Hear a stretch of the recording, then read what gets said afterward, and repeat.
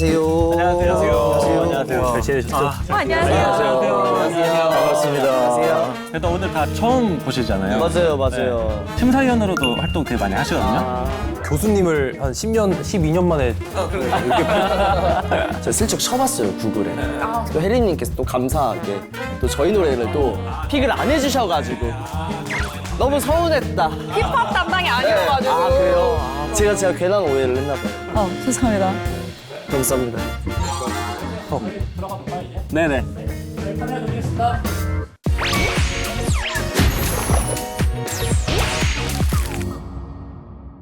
안녕하세요. 음악에 관한 모든 것을 토론하다. 음모론의 진행을 맡은 스포티파이 에디터 홍일택입니다. 저는 스포티파이에서 한국 음악 그리고 글로벌 K-팝 플레이리스트를 총괄하고 있고요. 여러분이 잘 아시는 K-팝 온이라든지 크라운 같은 플레이리스트들을 다 관리하고 큐레이션하고 있습니다. 또 이게 제가 호스트는 처음이라 와우. 많이 긴장할 수도 있어서 오늘도 너그럽게 좀 잘 부탁드립니다. 이미 너무 잘하고 연습을 많이 했어요.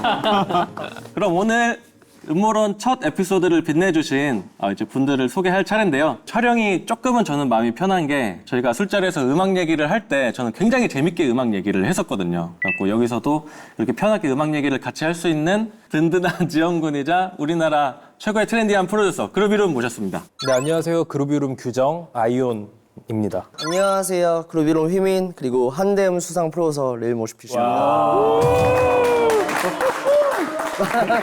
한대음 이제 받고 이제 바로 또 다음 프로젝트를 생각하셨다고.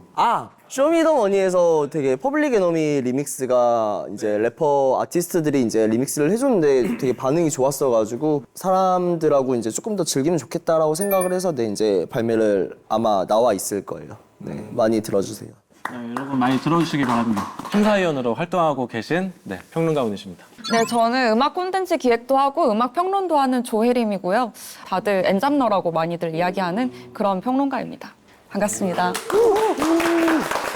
그리고 고려대학교 미디어학과에서 이제 학생들을 가르치고 계시는 김정환 교수님도 모셨습니다. 저는 고려대학교 미디어대학 김정환이라고 하고요. 유익하게, 유쾌하게 또 시간 보내고 갔으면 좋겠습니다. 반갑습니다. 반갑습니다.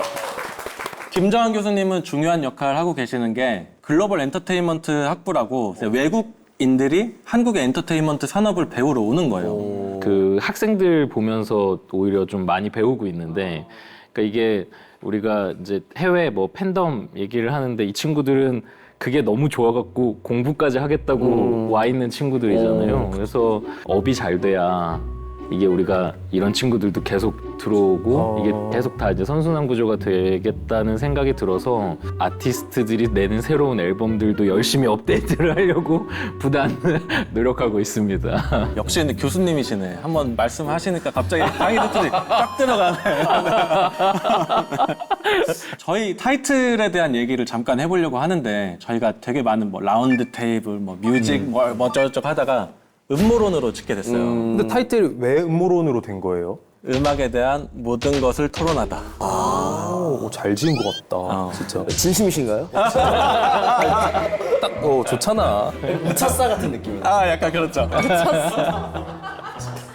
혹시 어떤 생각을 하셨나요? 처음에 듣고. 음악 산업에도 진짜 많은 음모론들이 있잖아요. 많죠. 정말 많은 사실 카메라 있어서 말을 못 하겠는 저도. 음모론들도 많은데 그래서 어떤 화두가 던져질까가 일단 가장 궁금했었습니다. 음모론 재밌잖아. 맞아. 자극적이고 뭔가 조그마한 단서가 과거에 발견됐다 하면 연결 짓는 게 너무 재밌으니까 진짜면 어떡하지? 그리고 참여형이야. 댓글까지 참여해가지고 이게 서사를 만들어 이어주고. 그래서 저희 프로그램도 이런저런 이제 음모론이 퍼져 나가가지고 이제 많이 돌았으면 좋겠네요. 자, 그러면은 오늘의 이제 주제를 본격적으로 좀 얘기해 볼 건데 첫 하기는 하지만 조금 이제 용감하게 한번 선정을 해봤거든요. 자, BTS는 K-팝일까 팝일까에 대한 얘기가 되게 많은데 그래서 저희가 선정을 해봤습니다. 이런 주제 해도 돼요? 저도 일을 하면서 아미분들과 소셜 네트워크 상으로 이제 많은 얘기를 들었었어요. 많이 받았고. 그래서 약간 저도 걱정되긴 하지만 그러니까 BTS의 얘기를 저희가 앨범을 평하려고 하는 건 아닌 것 같아요. 그렇죠. 네, BTS가 컴백함으로 인해서 이제 벌어지는 현상들을 가지고 K-팝이 지금 팝으로 이제 나아가는 데 있어서 이제는 그냥 팝의 세계로 넘어가는 거냐 아니면 그냥 K-팝인 거냐 그리고 우리가 K-팝을 정의하려면 어떤 요소들이 있어야 되냐에 관한 음악적인 얘기를 좀 해보려고 합니다. 일단 BTS는 그 지금 어쨌든 K-팝에서는 가장 큰 그룹이잖아요. 그래서 데이터를 조금 찾아봤습니다. BTS 아리랑이 지금 1억 1,000만 스트리밍인데 이게 첫째 날이에요.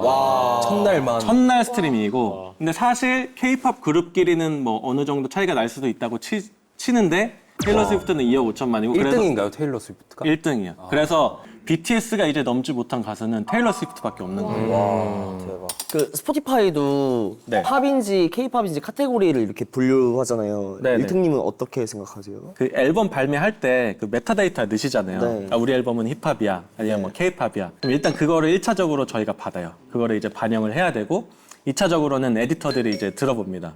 들어보고 아 이거는 K-팝이지만 뭔가 이제 힙합으로 좀 분류할 수도 있을 것 같아. 하면 이제 그거를 좀 나눠가지고 이제 플레이리스트에 반영을 하던지 그 힙합 칸에 이제 넣던지 이런 식으로 하고 있습니다. 아, 그건 다 수동으로 진짜 듣고 사람이 다 하는 거죠? 네네네. 왜냐면 메타데이터가 또 정확하지 않을 때가 있어요. 그리고 왜냐면 또 욕심 부리시는 분들도 있어요. 발라드인데 우린 K-팝이다. 약간 이렇게. 맞아. 지금 저희가 인터넷이나 뭐 이런 여러 가지 반응들을 보면은 이번 앨범에 영어 가사 비중이 많았기 때문에 이제는 그냥 팝 아니냐, 이거는 K-팝 아니다. 아니야, K-팝이 뭔데? 한국 사람이 부르면 K-팝 아니야? 뭐 이런 담론들이 되게 많아요. 되게 뜨겁고. 그래서 K-팝과 팝을 나누는 기준에 대해서 오늘의 주제를 본격적으로 들어가서 얘기를 나눠볼 텐데요. 첫 번째 주제는 한국어가 있으면 K-팝이냐 아니냐. 이제 언어에 관련된 얘기를 조금 해볼까 하거든요. 혜림 씨는 어떻게 생각하세요? 저는 한국어가 있다 없건 상관이 없는 것 같아요. 기본적으로 한국 영화가 영어로 말한다고 해서 이게 외국 할리우드 영화가 될 수 없잖아요. 그거랑 마찬가지로 어떤 언어를 쓰든 간에 기본적인 시스템이나 프로세스가 한국이면은 한국 음악이라고 생각을 하고 K-팝이라고 생각을 합니다. 저도 같은 의견이에요. 이게 그러니까 어떤 시스템에서 어떤 사람들과 일을 하냐가 저는 조금 더 중요하다라고 생각을 해가지고 사실 언어의 영역은 그렇게 중요하지 않다라고 생각이 듭니다. 그래서 뭐 그 SNS에서도 타 아시아 국가에서 나왔는데 뭐 K-팝 같다라고 하는 게 결론적으로는 육성 시스템 그리고 어떤 막 비주얼적인 것들 이런 것들이 이제 K-팝만의 브랜딩이 돼 있다라고 생각이 들어가지고요. 이게 그래서 사실 언어의 문제, 언어 같다 이렇게 얘기할 수 있는 장르는 아닌 것 같아요. 근데 방탄소년단 같은 경우에는 특히나 좀 K-팝이었으면 좋겠다는 그런 마음이 있어요. 이제 약간 뭐라고 해야 되지? 엑소 방탄소년단 워너원 이후로 국민적인 인기를 얻었던 아이돌들이 일단 없었고 네. 약간 이런 마음 하면 이상한 표현인 것 같긴 한데 약간 국가적인 문화유산 뺏기기 싫은 마음 있잖아요. 아, 계속 K-팝이었으면 좋겠다. 정체성을 잃지 않았으면 좋겠다라는 생각이 들고 사실 BTS가 버터라던가 다이너마이트 같은 영어로 된 곡을 만들었었고 이번 앨범도 영어로 된 곡들이 되게 많은데 그럼에도 세계적으로 인식은 K-팝으로 하고 있잖아요. 네네. 그리고 25년에 국가적으로도 그때 설문조사 같은 걸 했을 때 전반적으로 국민의 60%가 K-팝이 어떤 언어든 간에 그냥 한국에서 만들어지면 K-팝이다라고 이야기를 했다고 해요. 맞아요. 그래서 이런 부분들을 봤을 때 방탄소년단은 K-팝이지 않나. 그러니까 저도 원론적으로는 거기에 동의를 해요. 다 하신 말씀에. 근데 1차원적으로 사람들한테 다가갈 수도 있겠구나라는 생각을 하긴 했어요. 왜냐면 제가 그 앨범을 쭉 돌리면서 느꼈는데 그 영어로 된 곡들을 들으면 그냥 생각 없이 들으면은 진짜 그냥 팝스타가 만든 노래구나라고 그냥 이렇게 들으면서 넘어갈 수 있고 반면에 똑같은 그 결의 노래더라도 한국어 비중이 높은 트랙들이 있거든요. 들으면 약간 좀 K-팝 같은 느낌이 또 그냥 나요. 그러니까 되게 이런 깊은 생각을 안 하고 1차원적으로 들으면은 이게 진짜 오묘하다 약간 그런 생각이 들더라고요. 사실 K-팝과 팝을 굳이 구분을 한다는 게 K-팝이라고 해서 팝이 아닌 게 아닐 거고 팝이라고 해서 K-팝이 아닌 게 아닐 거잖아요. 어떻게 보면 집합, 팝이라는 대집합 속에 K-팝이라는 좀 이 로컬에서 이 작은 세그먼트의 한 장르가 있는데 근데 여기 안에서의 아티스트가 너무 운 좋게 잘 되면 사람들이 말하는 팝 시장으로 진출을 할 수도 있는 거고 그런다고 막 케이팝이 없어지거나 하진 않잖아요. 또 로컬에서는 계속 케이팝으로서 소비가 되고 있고. 말씀하신 것처럼 케이팝과 팝의 경계를 딱 나누는 거는 참 어려운 일인 것 같긴 해요. 점점 갈수록 장르 구분 자체가 좀 케이팝과 팝도 그렇지 모든 장르가 좀 구분이 안 되는 것 같긴 하거든요. 그래서 스포티파이 에디터분들은 이런 거 구분하기 진짜 힘들겠다는 생각도 좀 많이 들고. 힘들어요. 힘들고 진짜 힘들어 보여요. 힘들고 이게 약간 가끔은 정치적인 일이 되지 않게 하기 위해서 되게 노력해요. 그러니까 이거 우리 거야. 이거 왜 니네가 해? 약간 이렇게 될 수도 있어가지고. 재밌는 게 예를 들어 짜장면을 생각을 해보면 뿌리는 중국 음식에서 시작을 했겠지만 분명 한국 짜장면과 중국 짜장면은 이제 인식하는 게 저희가 생각하는 맛과 다를 거 아니에요. 그쵸. 예를 들어서 불닭볶음면이 지금은 엄청나게 인기가 많고 글로벌 수출이 되고 있는데 이게 10년 뒤에 이제 불닭볶음면을 어릴 때부터 소비해온 외국인들은 불닭이 그냥 불닭이라는 아이템이 되는 거지. 그죠. 너무 대중적인 아이템이 돼버리는 것 같아요. 그래서 지금은 사실 문화가 발전해 가는 케이팝이 이제 글로벌에 등장한 지가 얼마 안 됐고 그쵸. 저는 이 성장기이고 과정이라서 당연히 이렇게 나올 수 있는 주제인 것 같고. 오늘 말 좀 잘한다고. 질문 하나 했는데 지금 짜장면 얘기까지 나와가지고 이게 지금 이게 어떻게 지금 이거 한 6시간 찍겠는데 앞에서 지금 뭐라는 감이 이러고 있어가지고 MC님 잘 정리 좀. 네네네. 정리하고 넘어가도록 하겠습니다. 네네네. 제 수업에서 그냥 간단하게 K-팝에 대한 소비나 인식들을 이제 조사를 한 결과인데 이제 뭐 K-팝의 영어 사용이 많아지고 있다고 느낀다. 이거는 뭐 너무 절대적이에요. 90% 이상이 동의한다라고 얘기를 하고. 근데 이게 참 저는 양가적인 생각들이 들어가 있다라고 느꼈던 게 영어 가사가 늘어나는 게 K-팝의 글로벌 접근성을 높인다고 생각을 또 해요. 그래서 외국 친구들은 오히려 이제 그런 부분에 대해서는 자연스러운 현상이라고 생각하면서 동시에 영어 사용이 많아져도 우리 이제 얘기 나왔던 그런 맥락에서 K-팝이 여전히 K-팝이라고 생각한다. 이것도 절반 정도는 동의를 해요. 그럼에도 언어가 조금 영어가 많이 들어가는 거를 우리가 받아들여야 된다. 약간 이런 이제 분위기가 좀 있는 것 같습니다. 네. 재밌죠? 교수님의 특강 2강을 또 저희가 들었고. 그러면은 언어에 대한 이런 여러 가지 생각들이 있으면 실제 이제 성적도 저희가 좀 알아보면 좋을 텐데 이제 뭐 스포티파이 포 아티스트나 이런 거 하면은 저희 어느 지역에서 듣는지 그 통계 같은 게 다 나오잖아요. 그런 거 봤을 때 예를 들어서 내가 한국 사람이지만 내 한국어 리스는 5%야. 95%는 동남아, 미국, 유럽 이렇게 있어. 그러면은 영어로 내자. 약간 이렇게 할 수도 충분히 있고 이번에 그 BTS 다큐멘터리 봤을 때도 A&R 팀이랑 그런 식의 그 협의를 하더라고요. 우리는 한국어 듣고 싶다. 근데 그 리스닝 마켓이 이러고 이 팬들한테 이렇게 전달돼서 이런 언어를 택하는 게 좋을 것 같아.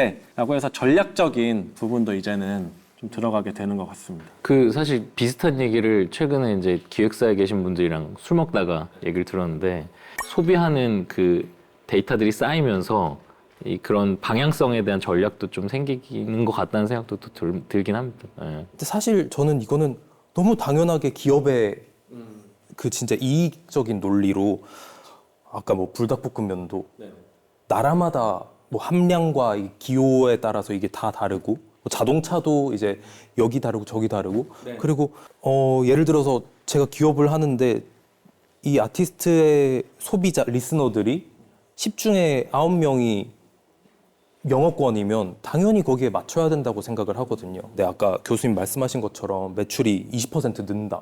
그거 당연히 바꿔야죠. 맞죠. 근데 그거를 포기를 하고 그 기회비용을 포기하고 한국어를 선택을 했을 때 얻어지는 가치가 더 크다라고 하면 한국어를 내는 게 맞고 단기적인 성적만이 아티스트에 도움이 되는 거는 아니라고 생각을 해요. 당연히. 네네네. 돈과 멀어지는 선택을 했었어도 아티스트 가치가 올라갈 수가 있기 때문에 그런 거를 다 고려를 해서 기업에서 이런 방향을 결정을 하는 게 아닐까 합니다. 신곡 스윙은 이제 다들 들어보셨죠? 네네. 네. 그 노래가 만약에 한국어 그 비중이 더 많았다면은 느낌이 어떠셨을 것 같아요? 스윙 자체는 수영회로 바꿀 수 있었을 것 같고. 이거 진짜 진심이에요. 있는 가사. 네네네. 이건 너무 진심으로 얘기하는 네네네. 거여가지고 저거는 그 수영회 자체가 그 음절 자체가 되게 부드러운 말이어가지고 작사가 관점에서. 네네네. 그래서 수영회로 충분히 할 수 있었을 것 같은데 이제 그 다음 그 문장을 어떻게 푸느냐가 사실 제일 어렵죠. 그 영어에 갖고 있는 뜻을 한국어로 했었을 때 음절 수와 이게 뜻이 요약이 안 되니까. 키세이브 잊지마에도 수영해 그 나오잖아요. 뭐 그치. 그쵸. 그러니까 발음을 약간 이렇게 네네네. 조금 뭉개면서. 네, 왜냐면 팝스타들도 네네네. 발음 예쁘게 안 하잖아요. 사실. 네네네, 맞아요. 근데 가장 그게 힘들어요. 외국에서 이제 데모들을 받으면은 이 데모의 컬러를 똑같이 살려야 되는데 이게 언어에 확실히 그 악센트가 다르다 보니까 맞아요. 그게 가장 힘든 점인 것 같아요. 저희도 이제 작가로서 그 고충이 일단 거의 모든 데모는 다 영어로 만들어지거든요. 대체로. 그러다가 이제 한국어 가사를 붙일 때 되게 좀 고충이 많아요. 뭔가 생각했던 느낌이 안 나오고 또 발음 체계도 너무 다르고 그러니까 내가 생각했던 이 예쁘게 흘러가는 이 발음이 너무 딱딱해지거나 이렇게 해서 좀 영어를 막 섞어 쓰는 경우도 간혹가다 있거든요. 어떻게 보면 조금의 시스템 문제일 수도 있겠네요. 왜냐면 요즘에는 특히나 K-팝 같은 경우는 프로듀서가 다 해외 프로듀서고 데모 자체가 이제 영어로 불려져서 오기 때문에 그거를 그냥 살리는 게 오히려 더 좋을 수도 있다는. 그래서 관점도. 요즘에는 사실 그 이제 탑라이너가 쓴 그 데모 가사를 가장 많이 활용을 하죠. 비슷한 발음에서 많이 찾더라고요. 네네. 작사가 분들이. 그냥 거의 똑같이 해요. 제가 그 스윙을 한국어로 대충 이렇게 해왔거든요. 스윙 뭐 우리들이 물결 위 스윙 뭐 너와 평생 뭐 be with you 약간 이런 식으로 흘러갔다고 하면은 약간 한국 노래 같은 거예요, 느낌이. 그래서 이게 확실히 언어적인 것도 영향은 있겠다. 네. 네, 이렇게 생각을 해봤습니다. 그쵸. 언어에서 오는 맛이 있죠. 일택님이 많이 준비했네. 그러니까 역시 스포티파이 실세 달라. 네, 저희가 지금 한국어 얘기로 굉장히 불이 붙었는데 방탄소년단과 같이 작업을 했던 그리고 또 슈가의 절친이신 엘캐피탄님께 한번 전화 연락해보도록 하겠습니다. 안녕하세요. 안녕하세요. 반갑습니다. 지금 방송 촬영 중인데 음모론 첫 번째 에피소드거든요. 지금 이거 시청자분들에게 인사 한번 해주시겠어요? 안녕하세요. 저는 프로듀서 그리고 아티스트 엘캐피탄이라고 하고요. 이렇게 갑자기 만나게 돼서 당황스럽지만 잘 부탁드리겠습니다. 오늘 신곡도 나오셨죠? 아, 맞아요. 네, 잠깐 소개해 주시겠어요? 네. 제목은 Breaking Through라는 곡이고 다른 아티스트들의 목소리를 빌려서 만들게 된 첫 시작이라 많이 들어주시면 감사하겠습니다. 네네. 몇 가지 이제 질문 좀 드려도 될까요? 네. 네네. 그 BTS와 음악적 교류가 이제 많으셨잖아요. 근데 이제 엘캐피타님이 생각하시기에 BTS는 이제 팝일까요? K-팝일까요? 이 경계에 대해서 혹시 생각이 혹시 있으실까요? 표정이. 굉장히 저로서는 위험하고 제 생각에는 네. 방탄소년단은 분명히 K-팝이에요. 분명히 K-팝이다. 동시에 저는 그냥 K-컬처라고 생각을 해요. 이런 어떤 주제가 나온 이유도 네. 어떻게 보면은 간단하게 설명하면 언어를 어떻게 쓰는지에 대한 것부터 시작된 질문이라고 생각을 하거든요.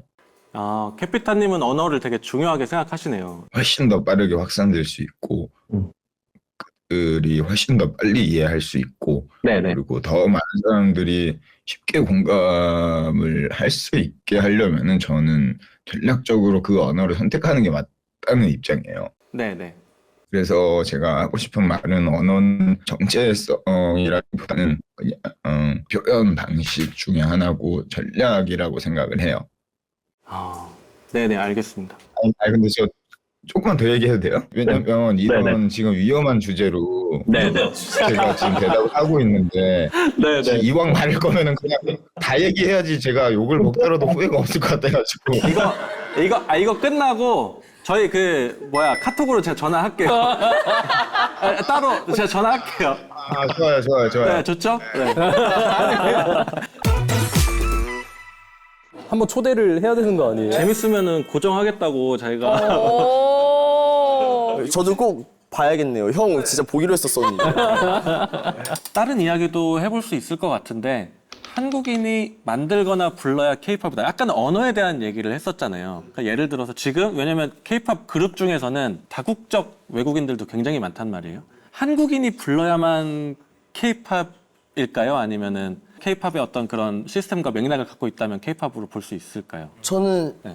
시스템과 맥락만 있다라면 케이팝으로 분명히 볼 수 있을 것 같아요. 그러니까 해외 멤버들만 다국적으로 모았었어도 일하는 스태프들과 이들이 이제 일을 운영하는 방식과 이 모든 것들이 이 케이팝 안에서 움직이면 사실 저는 케이팝이라고 보고 아시아권에도 케이팝을 되게 지향하는 브랜딩의 그룹을 많이들 이제 지금 런칭이 되고 있잖아요. 그들의 스태프들도 다 이제 한국 엔터테인먼트 출신 분들도 엄청 많으시고 해가지고 보는 시선에서는 사실 네, 어떤 케이팝의 느낌이 맞죠. 근데 진짜 설계가 한국에서 이루어지고 아이돌 시스템에서 연관이 되면 저는 다 케이팝이라고 보는데 또 한국 대중음악상에서 좀 재밌는 부분이 있었던 게 한국인 멤버가 몇 명 이상이냐 이것도 보긴 하더라고요. 기준이에요? 기준이에요. 이게 저랑 완전히 맞는 건 아니지만은 네. 저희도 캐치아이 같은 부분들을 또 평가를 해야 되잖아요.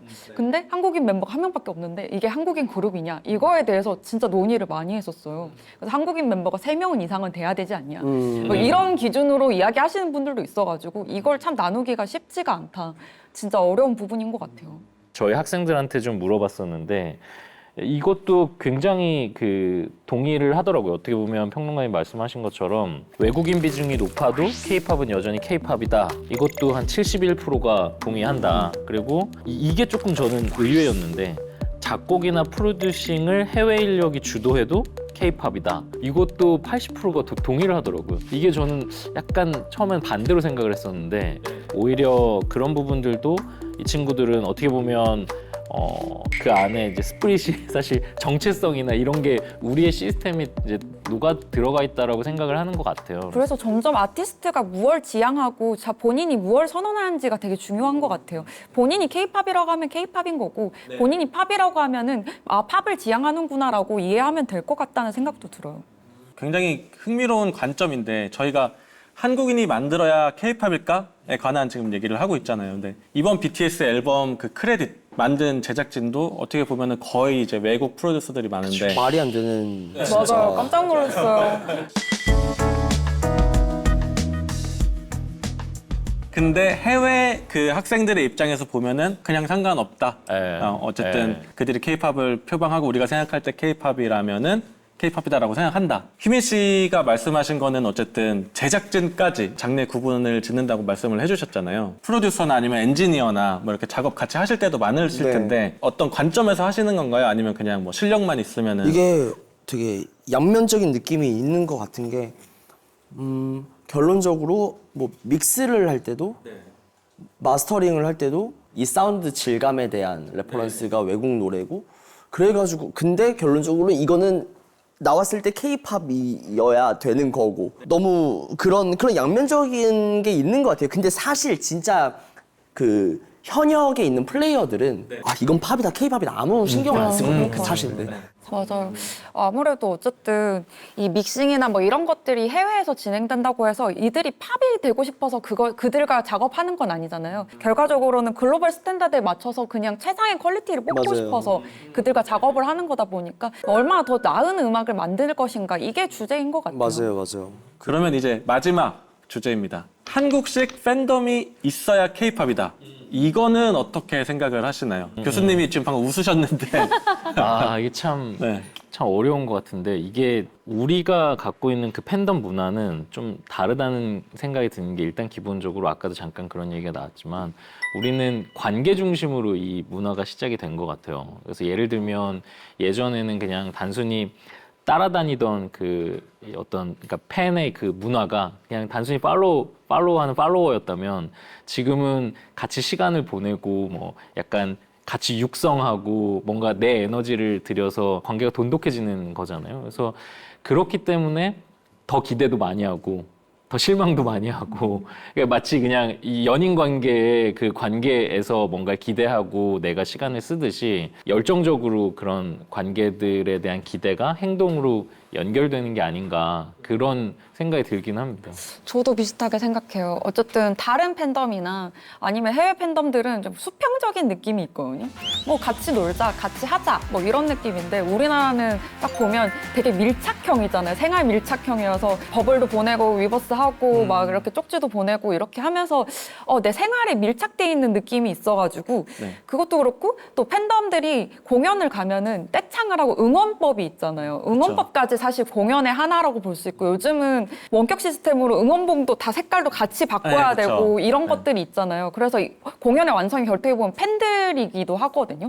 그리고 팬들이 더 참여하고 어떻게 보면 공동적으로 경험하는 게 케이팝 자체가 아닌가 싶어요. 뭐 누구 좋아해, 나 누구 들어를 넘어서 이제 덕질이라는 동사가 생겨버렸잖아요. 네, 덕질은 네. 되게 액티브한 활동인데 이거는 지금의 이제 뭐 10대와 20대 친구들에게는 너무 취미 같은 개념이 되어버렸다는 게 좀 특수한 개념이 아닌가. 와 근데 진짜 지금 13년? 제가 소녀시대 팬 출신이잖아요. 제가 소원 출신으로서 저 진짜 유명했던 팬이거든요. 저 정말 유명했던 저의 스케줄이 금요일 날 여의도 와서 뮤뱅 보고 토요일 날 음악 중심 갔다가 일요일 날 등촌동 인기가요 가는 스케줄이었는데 13년, 14년, 2008, 9년 정도만 해도 그 덕질이란 말이 굉장히 저희를 비하하는 단어였었어요. 부정적이었죠. 네, 엄청 부정적인 맞아요. 단어였었었고 맞아요. 근데 이게 나 무슨 덕질을 한다가 굉장히 조금 더 라이트하게 풀렸잖아요. 그래서 이게 엄청 많이 바뀌었구나라는 생각도 엄청 들고 한창 제가 그렇게 팬덤 활동을 하던 시절에는 그러니까 저는 저 팬덤이 진짜 제가 생각하는 이 한국 아이돌 이 문화에 엄청 정수거든요. 그 팬사인회 당첨되기 위해서 CD 10장을 그렇죠, 사고 그렇죠. 드림 콘서트를 가면은 거기서 엄청 기싸움을 해야 돼요. 우리가 그리고 이게 몇 층에 배치되느냐고도 엄청 중요하고 거기서 조금 더 소속감을 느끼고 저희 때는 응원봉이 아니라 이제 색깔이었었으니까 풍선. 풍선. 네. 저희가 펄 파스텔 로자트였나? 하여튼 그거였었었는데 그 당시 라이벌이었던 이제 원더걸스 팬덤하고 굉장히 견제를 하면서 막 이랬었었는데 그런 컬러와 막 이런 것들이 되게 다른 차원에서 저희들만의 그 재미가 있는 것 같아요. 그래서 또 플레이보이 카티 얘기인데 그러니까 왜냐면 플레이보이 카티도 결국엔 레이블이 인터스코프고 거대 회사잖아요. 그래서 이런 머천다이즈나 이런 부분에 대해서 어떻게 해야 수익을 더 높일까에 대해서 생각을 하는데 플레이보이 카티의 오피움이라는 레이블이 거의 종교 수준이에요. 근데 최근에 머천다이즈를 발매했었는데 응원봉은 아닌데 후레쉬가 이렇게 조명이 되는 되게 폭력적인 야구 방망이를 한 거예요. 그래서 이제 팬들이 그거를 이렇게 들고 막 이렇게 있는데 훌리건처럼 약간. 네, 훌리건처럼. 근데 이제 그것마저도 이제 댓글들에서 네. 그러니까 되게 장난식으로 이거 케이팝이다. K-팝이다. 케이팝이다. 네, 이렇게 하는데 와 이게 분명히 저들도 우리의 산업을 보고 이게 엄청 돈이 되는구나 해서 여기서 분명히 영향을 받아가지고 사실 응원봉 맞잖아. 그치 응원본이지. 방망이처럼 생기는 응원봉. 응원본이지. 근데 그거마저도 이제 그들의 브랜딩에 맞게 이런 거 한 걸 보면서 굉장히 재밌다라고 생각이 들었었습니다. 그게 문득 든 생각인데 팬덤 활동을 한다는 게 어떻게 보면 이제 그 어린 시기에 사실 또 다른 형태의 정체성을 만들어가는 과정이거든요. 그래서 팬덤이라는 문화 자체가 기본적으로 전제되어 있는 게 차별과 구별짓기예요. 뭐냐면 내가 사실은 어떤 아티스트를 좋아하면서 나는 이 그룹이야. 여기에 이제 속해지면서 정체성을 만들어가는 거죠. 그래서 이게 팬덤과 팬덤 간의 갈등이 있고 싸우는 건 서로 이제 다른 정체성을 갖고 있는 나와는 달라, 다른 팀이야. 이게 이제 결국은 연결돼서 그 정체성을 쌓아가는 사실 과정인데 저는 개인적으로 학생들한테 많이 하는 얘기 중에 하나가 이제는 정답이 없는 세상에 살고 있다. 이게 이제 옛날처럼 뭐 이거를 하나 일반화시켜서 뭔가를 얘기하는 게 아니라 이런 걸 좋아하는 사람들, 저는 이제 개인적으로 웹툰 굉장히 헤비 유저인데 보면 이런 걸 왜 보지 하는 걸가 또 되게 인기 있는 것도 있고, 그러니까 결국은 다양성을 조금 인정해주기 시작하는 문화가 생기면서 뭐 요즘 성덕이라는 얘기 하는 것처럼 덕질을 하는 것도 나의 취향, 그러니까 누군가의 취향을 존중해주는 그 문화 분위기가 자연스럽게 만들어진 거 아닌가라는 생각도 또 들어요. 좋은 것 같아요. 덕질도 사실 요즘은 덕질도 능력이라고 하잖아요. 그쵸. 나의 취향이 있고 시간이 있고 돈을 쓸 수 있고 이런 걸 덕질을 가지는 걸 되게 자연스럽게 생각하고 자랑스러워하는 문화가 된 것 같아가지고 너무 좋은 것 같아요. 아까 그 지나간 질문인데 그 힙합 팬들도 약간 이제 좀 팬덤화되고 있지 않나요? 어떻게 근데 느끼시는 게 어떠세요? 힙합 자체는 원래 팬덤이 항상 있던 거였죠. 그러니까 힙합에서 가장 중요했던 게 그 무리 중심의 그 어떤 움직임들이 엄청 있었었고. 제가 느끼기에는 특이한 게 어떤 막 이게 한 명 한 명의 이 팬덤이 세다기보다는 이 힙합 전체가 하나의 뭔가 덩어리처럼 네네네. 팬인 경우들이 많고 장르 그, 팬인. 네. 그 안에서 이제 멤버 누구누구를 소비하듯이 힙합 씬 안에서 누구 뭐 회사를 레이블을 소비를 한다든 누구를 소비한다든 좀 이렇게 되는 것 같아요. 그 헤비 팬덤으로 이제 K-팝 시장이 크게 확대됐지만 그럼 이제 라이트 팬덤의 확보를 위해서 약간 어떤 노력을 해야 된다고 보시는지. 근데 사실 이것도 그 그룹이나 회사의 전략마다 다 다를 것 같다라고 생각이 드는 게 어떤 레이블에서는 우리는 라이트 팬덤 필요 없는데? 라고 생각할 수가 있을 것 같고 사실 라이트 팬덤이란 게 이지 리스너들을 더 모으고 조금 더 대중화시키겠다 근데 이것도 다 다른 것 같아요. 걸그룹은 확실히 조금 더 라이트 팬덤의 확보가 중요해가지고 맞아요. 포스트 멤버가 예능을 한 바퀴 돌면서 인지도를 싹 올린 다음에 네네. 그 멤버를 중심으로 음악 활동을 하는 경우들이 많고 그리고 남자 보이그룹 같은 경우에는 조금 더 팬덤 중심으로 확실한 팬덤을 구축하는 경우들의 전략이 다 다르다고 생각이 하는데 그래서 이거는 라이트 팬덤의 확보가 꼭 중요할까라는 생각은 굳이 안 합니다. K-팝이 아직까지도 서브컬처로 인식되는 부분들이 있다 보니까 당연히 좀 더 라이트 팬덤이 들어와가지고 대중적으로 펼쳐지면 좋겠지만 전 아까부터 계속 뭐 K-팝 오모자처럼 이야기를 말씀드리고 있는데 어쨌든 K-팝 팬으로서 그들이 가진 세계관이라던가 그들이 가진 좀 남들이 공부해야만 알 수 있는 것들 있잖아요. 이런 거 계속 남아줬으면 좋겠다는 생각이 들어요. 그래서 아까 말씀하신 것처럼 코어 팬덤만 있다고 해서 이게 잘못된 건가? 라이트 팬덤 있으면 너무 좋지만은 스포티파이 리스너는 많이 늘어나겠죠. 라이트 팬덤이 들어가면. 근데 앨범 사고 공연 오는 건 또 헤비 팬덤이니까 코어 팬덤만 있어도 충분히 돌아가지 않나라는 생각도 좀 들어요. 한편으로는 그런 생각이 드는 게 라이트 팬덤이 어떤 영역에서는 뭐 굳이 그렇지만 또 어떤 영역에서는 필요하다고 생각이 드는 게 음악 같은 경우에는 지금 컨텐츠 산업 전체로 보면 매출 비중으로 보면 사실 음악업이 아주 높은 편은 아니에요. 다른 뭐 게임이나 뭐 이런 게 워낙 높기 때문에. 근데 이 음악이 갖고 있는 수출이나 다른 부가가치를 만들어내는 지수는 굉장히 높아요. 그러니까 그게 이제 아까 계속 얘기 나왔지만 뭐 굿즈도 만들고 그러니까 IP를 확장하는 측면에서 그러면 라이트 팬덤이 좀 들어와 있으면 이 친구들이 언젠가는 계속 그 텐션이 유지되다 보면 나중에 헤비 팬덤으로 넘어갈 가능성이 조금은 있을 수도 있지 않나. 그런 맥락에서 보면 어떤 영역에서는 라이트 팬덤도 좀 필요하지 않을까 이런 생각도 또 동시에 들기도 합니다. 저는 그 가볍게 중요도를 따지자면은 사실 라이트 팬덤의 확보보다는 코어 팬덤 아니면 헤비 팬덤의 이탈 방지가 제일 중요하다고 생각이 들어요. 네. 수원에서 활동을 엄청 하다가 나오게 됐던 계기들이 있었는데 근데 되게 단순해요. 제가 나왔던 계기는 크게 보면 두 가지인데 저는 엄마가 처음에 그 다니고 싶으면 다녀봐 이렇게 해서 엄마가 맨날 막 데리러 와줬었어요. 막 방송국 앞에. 그래서 엄마 나 이제 안 가려고 이랬어요. 왜 그랬더니 나 누나들이 안 설레. 이랬다고 말이에요. 여자가 보이지 않았나 이제. 누나들을 보는데 안 설렌다. 근데 그 이유가 뭐냐면은 이 많은 사람들 중에 그냥 내가 한 명 작은 존재라고 여겨질 때 그렇죠. 이때 엄청 갑자기 그래가지고 그때 사실 그때부터 이제 그런 것들이 있었어요. 나 저 사람들이 나 알게 해야겠다. 라는 게 이제 생각이 우와. 아 맞다. 최근에 제가 재밌는 거 찾았어. 최근에 맞아. 네. 이거 그 뮤직뱅크 끝나고 그 옛날 다음 카페 글들 보다가 공연 후기 막 이런 거 있었는데 뮤직뱅크 갔다가 오랜만에 생각나서 지난주쯤에 봤었거든요. 뮤직뱅크 갔다 왔나 봐요. 근데 제가 재범이 형하고 그때 형이 어떤 그룹 활동을 하던 시절에 근데 아이 컨택을 했었었나 봐요. 그래서 2009년에 휘민이가 재범 형이 눈 마주쳐줘 막 이게 있어가지고 다음날 재범이 형이랑 소주 마시는데 형 눈 많이 마주쳐줘서 고맙다 막 그런 얘기하고 하여튼 그랬어요. 하여튼 그래서 결론적으로는 그때가 갑자기 생각이 나는데 그 팬덤 이탈 엄청 중요한 것 같아요. 그래서 아이돌들이 연차가 쌓면은 예전보다 조금 더 소통도 좀 더 덜해질 수도 있고 예전에 그런 느낌이 없어질 수도 있어가지고 그런 계속 소통과 우리 함께 하고 있다라는 느낌을 주는 게 엄청 중요한 것 뭔가 같습니다. 하고 싶은 말 있는데 너무 비속어 같아서 못해. 하세요? 동태눈 되지 마라 다들. 다들 영원히 반짝거리는 눈빛 가지고 팬들 관리하고 사랑해줘라. 동태눈 돼가지고 시키는 거 안 하고 막 하지 말고 이랬으면 좋겠어요. 계속해서. 재범이 형이 바라볼 때는 좀 설렜었나요?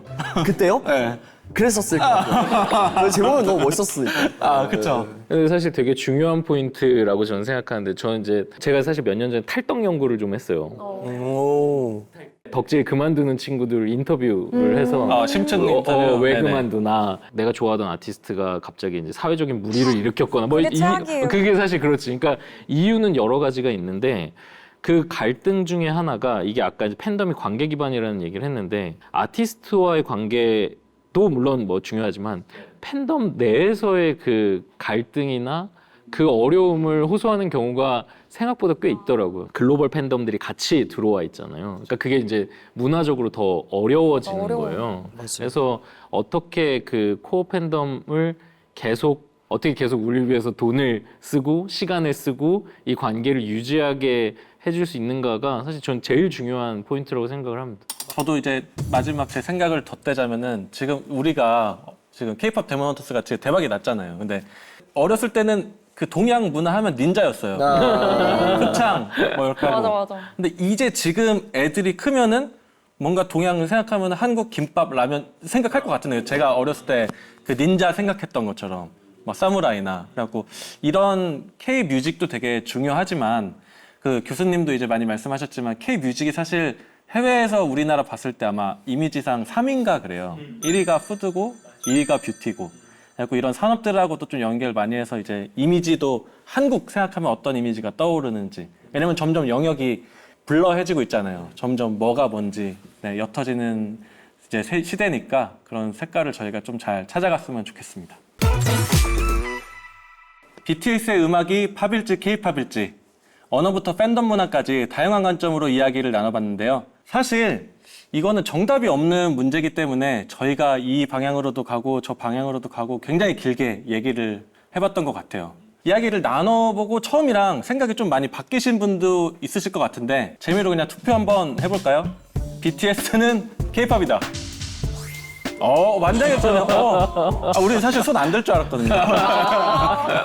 사실 BTS뿐만 아니라 많은 아티스트들이 자신들의 레코드를 경신하며 많은 변화를 만들고 있잖아요. 그래서 이 문제는 정답을 내는 것이 의미가 없다는 것을 알고 있었지만 다시 한번 느낄 수 있는 순간이었는데요. 오늘 음모론 출연하신 소감들 다들 어떠셨는지 한 말씀 부탁드립니다. 저 너무 재밌었어요. 또 불러주시면 안 될까요? 부를 수 있어요? 동태는 아니에요 지금. 그러니까 이런 얘기를 좀 딥하게 할 만한 주변 사람이 좀 많진 않잖아요. 사실 뭐. 맞아요. 저희는 또 대표이기도 하고 뮤지션이기도 하고 이런 그렇죠. 포지션에서 얘기할 수 있는 이런 특수성 관계가 많지 않기 때문에 너무 재밌는 주제였어요. 좋은 시간이었고 너무 재밌게 이야기하다 갑니다. 이거 계속 볼게요. 다른 화들도 너무 기대가 됩니다. 사실 뭐 평론가라고 하지만 방구석 평론가라서 맨날 집에서 글 쓰는 게 일이거든요. 그러다 보니까 이런 이야기를 막 나와서 이야기를 해볼 경험이 별로 없었던 것 같은데 오늘 다 같이 이야기 나누니까 너무 재밌고 그리고 오늘 촬영 규모 보고 일택님 진짜 실세다 뭐 이런 생각을 좀 했습니다. 잘 보여야겠다. 감사합니다. 저는 뭐 산업이 잘 됐으면 좋겠다는 얘기 계속 했듯이 업의 이야기를 들을 기회들이 사실 많이 부족해요. 그래서 그런 맥락에서 저는 오늘 저도 개인적으로 공부를 굉장히 많이 했고 너무너무 즐겁고 재미있는 시간이었고 그 음모론이 계속 잘 되기를 열심히 보겠습니다. 음모론 첫 토론이 끝났는데요. 조금 더 강력한 무삭제판 음모론이 있다는 사실 안내드립니다. 스포티파이 비디오 팟캐스트로 오시면 바로 확인하실 수 있으니 지금 끝내기 아쉬운 분들은 스포티파이로 와주시기 바랍니다.